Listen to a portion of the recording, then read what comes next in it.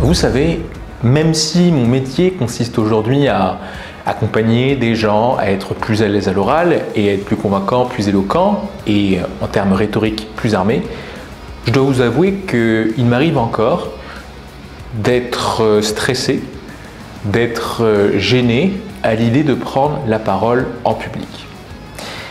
Si je vous dis ça, c'est pour utiliser cette nouvelle technique qui est celle de la crédibilité vulnérable. Des études ont montré qu'une personne qui s'autorise à faire preuve de vulnérabilité après avoir été perçue comme une source de crédibilité va renforcer son capital sympathie à un tout autre niveau.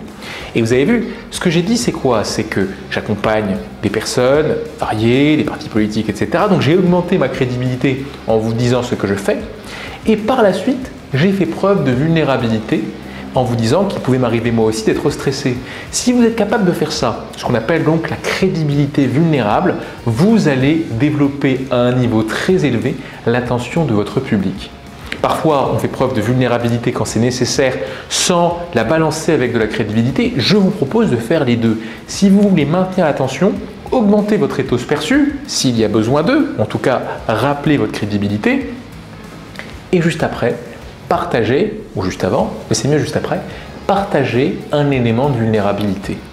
Je sais que pour certains c'est osé, je sais que ça semble compliqué, mais si vous vous exercez à ce que j'appelle cette crédibilité vulnérable, je vous assure que vous allez sensiblement développer le niveau d'écoute. Vous essayez aujourd'hui, vous rappelez des éléments qui vous mettent en avant et juste après, vous montrez à quel point vous êtes vulnérable. Vous allez voir que l'impact que vous pouvez avoir avec cette crédibilité vulnérable pourrait être d'un tout autre niveau. À demain.